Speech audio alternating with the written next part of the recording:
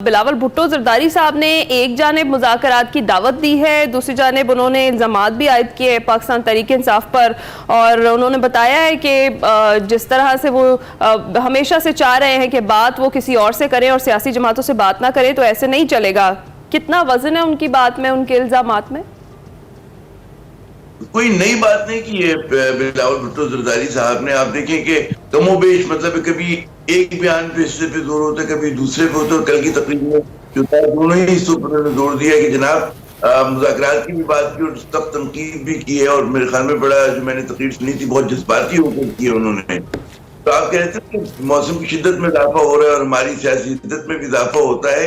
یہ ہمارا بدقسمت ملک ہے کہ جہاں پر موسم سرما میں بھی سیاسی حدت گرم رہتی ہے، اور آپ دیکھیں کہ ایک تسلسل کے ساتھ ہو رہا ہے۔ اور پاکستان جیسا ملک جس میں بہت مشکلات ہیں، معاشی مشکلات ہماری بے شمار ہیں، اس میں اگر مطلب ہے کہ ہماری سیاست میں استحکام نہیں آ رہا تو ہمارے لیے پریشان کن بات ہے۔ یعنی کہ آپ اپریل 2022 میں جو تھی عمران خان کی حکومت کا خاتمہ کیا گیا، تو اس سے پہلے سے آپ دیکھیں کہ ماضرائی کی کیفیت تھی، تو 2 برس سے زیادہ ہو گئے۔ جب 2 برس سے زیادہ ایک چیز کو ہو جائے اور آپ کو ایک کوئی نہیں لگتا کہ کوئی سمت ہم لوگ متعین کر سکے ہیں، اس کا مطلب ہے کہ جناب چیزیں صحیح نہیں چل رہی ہیں، اور یہ بہت ہی مطلب باعث فکر بات ہونی چاہیے۔ یہ والی جو بات آخری کے مذاکرات بمقابلہ تنقید، اب مذاکرات میں آپ یہ دیکھیں کہ پی ٹی آئی نے جو ہے دروازہ وہ صحیح کھٹکھٹا رہی ہے۔ یہ اور بات ہے کہ اسٹیبلشمنٹ جو ہے مذاکرات کے لیے تیار نہیں ہے، وہ 9 مئی کے واقعات کو نہ بھولے گی نہ وہ معاف کرے گی۔ فی الحال یہی ان کا موقف لگتا ہے، تو میں نہیں دیکھتا کہ بہت جلد جو ہے اسٹیبلشمنٹ سے ان کی بات چیت ہو پائے گی۔ اچھا، دوسری بات ہے کہ سیاسی قوتوں سے بات کرنے کا پی ٹی آئی کا جو تجزیہ اس کو میرے خیال میں بہت سارے لوگ انڈورس کریں گے کہ فائدہ کوئی نہیں ہے۔ اس لیے فائدہ نہیں ہے کہ نون لیگ اور پاکستان پیپلز پارٹی بینیفیشری ہے، تو پی ٹی آئی ریلیونٹ ہے تو ان کو فائدہ ہوا ہے، تو یہ چاہیں گے کہ پی ٹی آئی جو ہے اسٹیبلشمنٹ کے مقابلے میں ریلیونٹ رہے، ماضرائی ان کی جاری رہے، تبھی ان کی اہمیت ہے۔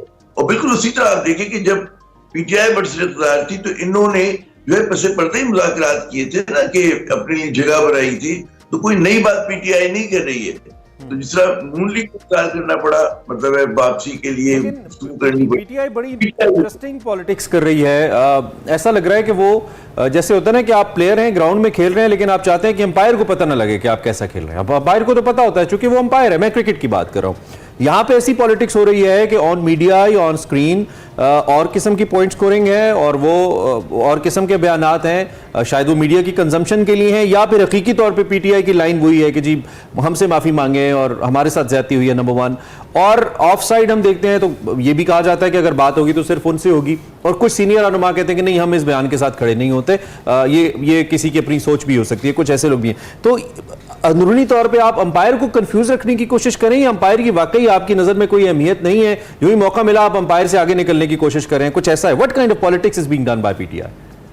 دیکھیں، ایک بات کا سب کو احساس ہے کہ امپائر سے آگے آپ نہیں نکل سکتے، جو پاکستان کی سیاسی طاقت کا میٹرکس ہے۔ تو دنیا بھر میں یہ ہوتا ہے کہ جو اسٹیبلشمنٹ ہوتی ہے اور سیاسی قوتیں ہوتی ہیں وہ ساتھ مل کے چلتی، ماضرائی نہیں کرتی، یہ ریاست کے مقابلے میں ہوتا ہے۔ تو اگر کسی کے بھی ذہن میں یہ خناس بھرا ہوا ہے کہ جی ہمیں اسٹیبلشمنٹ سے اور اداروں سے لڑنا ہے، وہ مناسب بات نہیں ہے۔ آپ دیکھیں حتیٰ کہ نون لیگ کے لوگوں سے بات کریں، وہ کہتے ہیں جی ہم نیا بیانیہ بنائیں گے، اور نیا بیانیہ جو ہوگا وہ اینٹی اسٹیبلشمنٹ ہوگا۔ ان کے جو قریب صاحب ہیں وہ بھی یہی بات کرتے ہیں۔ سمجھنا نہیں چاہیے کہ اسٹیبلشمنٹ جو ہے وہ پنچنگ بیگ نہیں ہونا چاہیے، اور کہیں نہ کہیں آپ کو درمیان کی راہ نکالنی ہوگی۔ اسٹیبلشمنٹ کو بھی تھنک کرنا ہوگا اپنی اسٹریٹجی کو، حکمت عملی کو، کہ اس ماضرائی کو کس طرح سے کم کرے، اسی طرح پی ٹی آئی کو بھی۔ اب یہ بات ہے کہ یہ جو ہوتی ہے نا معافی تلافی، یہ تو خیر وہ والی بات ہوتی ہے، علامتی ہوتی ہے۔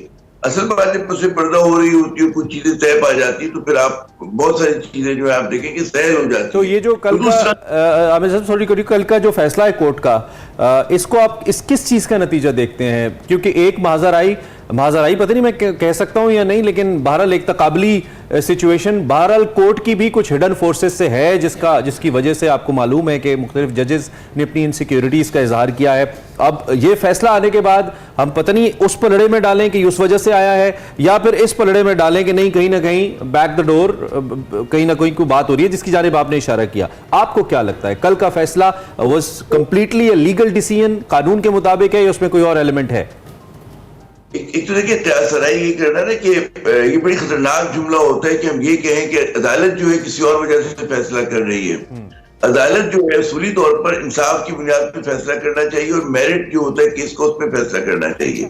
میں ان لوگوں میں ہوں کہ میں سمجھتا ہوں کہ عدالت جو ہے اس کو میرٹ پہ فیصلہ کرنا چاہیے, اور کرتی آئی ہے. اور بعض اوقات جو الزامات رکھتے ہیں وہ کسی کے خلاف فیصلہ آتے ہیں, وہ شور مچاتے ہیں, حمایت میں آتے ہیں, مطلب تالیاں بجا رہے ہوتے ہیں.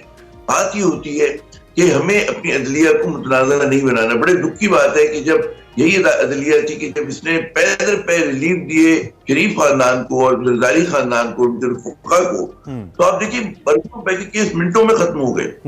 تو ظاہر کوئی اس کی لاجک ہوگی.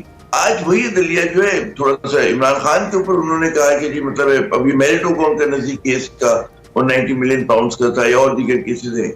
تو اس کو اسی طرح لینا چاہیے, اور ہمیں ہر آدمی کے اوپر جب تک جرم ثابت نہیں ہو جاتا اس کو حق ہوتا ہے. ہمارے یہ لیگل رپورٹس ہے کہ کیس چل رہا ہے اگر ہے تو بیل آپ کا حق ہوتا ہے. بیل اگر مل رہی تو پریشانی کی بات نہیں. دیکھیے اور کیسز بنانے میں دیر کتنی لگتی ہے. اگر عمران کو نہیں چھوڑنا انہوں نے تو نئے کیسز کوئی اور مزید شہادت جائیں گی کہ 3 کیسز میں بری ہو گئے, چوتھے میں روک لیا.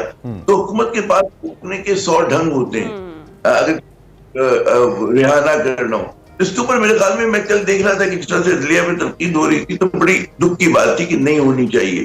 اور عدلیہ کو بہت اسپین کے ساتھ جو ہے اپنے تحفظات کے ساتھ کرنا چاہیے. ٹھیک ہے, یعنی عدلیہ کسی صورت بھی کنٹروورشل نہیں بنایا جانا چاہیے. تو اس ساری سچویشن میں عامر ضیاء صاحب جس طرح سے ہم بات کر رہے ہیں, جس طرح سے ابھی ذکر ہوا پاکستان تحریک انصاف کی مزاحمتی سیاست, مزاحمتی بیانیاں, اب کل بھی زین قریشی کی جانب سے اپنے مطالبات, شرائط رکھ دی گئی سامنے کہ ہم ہر ایک سے بات کرنے کے لیے تیار ہیں لیکن ہماری 3 شرائط مان لی جائے. کیا پاکستان تحریک انصاف اپنے اس مزاحمتی بیانیے کے ساتھ, اس الزام تراشی کی سیاست کے ساتھ آگے آپ کو کامیاب ہوتی نظر آ رہی ہے, کوئی راستہ نکالنے میں کامیاب ہوتی نظر آ رہی ہے؟ دیکھیں ان کا جو مزاحمتی بیانیہ ہے اس کی 2 اثر پڑے ہیں. پہلا تو یہ کہ ان کی مشکلات میں اضافہ ہوا ہے, ٹھیک ہے نا. یہ عملی اگر طور پہ دیکھا جائے کہ آج ان کی لیڈرشپ جیل میں ہے, مشکل حالات میں ہے, ٹھیک ہے نا, ان سے بلہ چھن گیا, اس سب ہم کو پتہ دہرانے کی ضرورت نہیں ہے. تو یہاں پر اگر کوئی ہوتا ہے وہ کہتے ہیں جی ہم اسٹریٹجی کو ریویو کریں گے, لیکن یہی مزاحمتی بیانیہ کہ جس نے ان کو مقبول بھی رکھا ہوا ہے تو اپنی مقبولیت کی قیمت ادا کر رہے ہیں. اچھا, اس مزاحمتی بیانیے میں تبدیلی اس وقت آئے گی کہ جب ان کو انڈیکیشن ہوگا اسٹیبلشمنٹ کو ری تھنک کرنے کے لیے تیار ہے, ان کو معاف کرنے کے لیے تیار ہے, ان سے دوبارہ نیگوشیٹ کرنا ہے. لیکن نیگوشیشن کس چیز کے لیے ہو رہے ہیں؟ پی ٹی آئی کو مشکل سے اگر نکلنا ہے تو وہ ان کو اسٹیبلشمنٹ سے ہی بات کرنی ہے. ڈے ٹو ڈے معاملات جو ہوتے ہیں کہ فرض کریں کمیٹیز چلتی ہیں پارلیمنٹ کے اندر, ٹھیک ہے نا, کوئی ڈے ٹو ڈے چیزیں ہوتی ہیں اس پہ آپ حکومت پہ بات کر سکتے ہو, کر رہے ہوں گے, کرتے بھی آئے ہیں, تو الگ الگ چیزیں. لیکن جو میننگ فل ڈائلاگ ہوگا پاکستان میں سیاسی حدت میں کمی کا, وہ اسٹیبلشمنٹ کے ساتھ ہی ہوگا. ہاں, لیکن اور اس میں اس کا برج تو 9 مئی ہے ضیاء صاحب, اس کا برج تو 9 مئی ہے. اس برج کو ٹاپنا پڑے گا, کراس کرنا پڑے گا, اور اس کو کنڈیم کرنا پڑے گا, اس کے اوپر معذرت کرنی پڑے گی, اور یہ کہنا پڑے گا کہ somehow it was mistakenly done or something. اس کے بعد ہوگا, اور وہ تحریک انصاف کرنے کے لیے آپ کو معلوم ہے تیار نہیں ہے. اور جو میجر جنرل شریف اب تو لیفٹنٹ جنرل ہو گئے ہیں, ان کی جو پریس کانفرنس تھی DGISPR کی, اس میں انہوں نے کیٹیگوریکلی کہا کہ اس سے آگے بات ہوگی, اس سے پہلے کوئی بات نہیں ہو سکتی. تو کیا وہ برج پھر ٹاپا جائے گا؟ جب بھی میں نے شروع میں عرض کیا کہ مجھے ابھی مستقبل قریب میں کوئی امکان نظر نہیں آتا. یہ دونوں جو طاقتیں ان کی پوزیشن بڑی ریجڈ ہے, ٹھیک ہے نا. اور واقعی مطلب ہے کہ اگر مطلب ہے کہ جو پی ٹی آئی پہ الزامات ہیں مئی 9 کے حوالے سے, وہ اس کے لیے ان کو کچھ کرنا پڑے گا ایسا کہ دوبارہ کوئی جگہ بنا سکے. پھر اس کے اوپر آپ ہماری کنسنسس ہے کہ جی نہیں ہونا چاہیے تھا, اداروں پہ حملہ نہیں ہونا چاہیے, اداروں کو متنازع نہیں بنانا چاہیے. آپ یہ نہیں کر سکتے کہ جلوس لے کے چڑھ دوڑے GHQ کے اوپر یا دیگر ملٹری انسٹالیشنز کے اوپر. اس کا نقصان ہوا پی ٹی آئی کو, اگر آپ فائدہ نہیں ہوا. تو اچھی بات ہے کہ وہ ریویو کرتے, لیکن مجھے ابھی تک ہوتا ہوا نظر نہیں آ رہا. جب بھی میں نے کہا کہ مستقبل قریب نہ صرف کہ وہ اس کو کنڈیم نہیں کرتے بلکہ وہ تو اسے فالس فلیگ آپریشن بھی کہتے ہیں, جو پاک فوج کے اوپر یا ادارے کے اوپر الزام ہے کہ آپ نے فیبریکیٹ کیا ہے. That's something really serious. بات اگر آپ یادداشت اپنی تازہ کریں, آپ لوگ تو ماشاءاللہ نوجوان لوگ ہیں, ایک زمانے میں اسی طرح کی حدت ہوا کرتی تھی جب نواز شریف پہ طیارہ اغوا کا کیس بنا تھا مشرف صاحب کا. اور اس زمانے میں مطلب کوئی امکان نظر نہیں آتا تھا کہ نون لیگ اور جو اسٹیبلشمنٹ ہے کبھی آگے چل کر بات کر سکتی تھی، لیکن ہمیں دیکھا کہ کئی برس کے بعد 2007-8 میں ہوا پارٹی اور لوگ ساتھ اور جو مظاہرے ڈالی تھی، باقاعدہ دہشت گردی کی کارروائیاں ہو رہی تھی، ایزیڈو کے جو لوگ کر رہے تھے اور پیپلز پارٹی کے لوگ شامل ہوئے تھے خوب کے. پھر بینظیر نے اس کو الگ الگ کیا کہ جی نہیں یہ ہم الگ ہیں اور وہ الگ ہیں. تو اگر آپ ان چیزوں کو دیکھیں نا تو اس کے اندر آپ کو اندازہ ہوگا اس بات کا کہ جی پھر ان کو ایک جگہ ملی، پیپلز جگہ ملی. یہ میں نہیں کہہ رہا کہ ایک بار سیاست پہ لکیر کھنچ گئی تو ہمیشہ کے لیے ہوتی ہے. آج بہت مشکل میں ہے پی ٹی آئی اور اپنی ان کی غلطیاں ہیں. ان کو انہوں نے جو جذباتی سیاست کی، انہوں نے جو ایک تحمل کا مظاہرہ نہیں کیا، برداشت کا مظاہرہ نہیں کیا، تو آپ کو سمجھنا چاہیے. پھر میں دوبارہ دہراؤں گا کہ پاکستان کو اگر آگے جانا ہے تو سیاسی قوتوں کو اور ہمارے اداروں کو مل کر چلنا ہوگا، اور جب چلیں گے اس وقت تک پاکستان میں اسی طرح قدم استحکام رہے گا. جی صحیح ہے.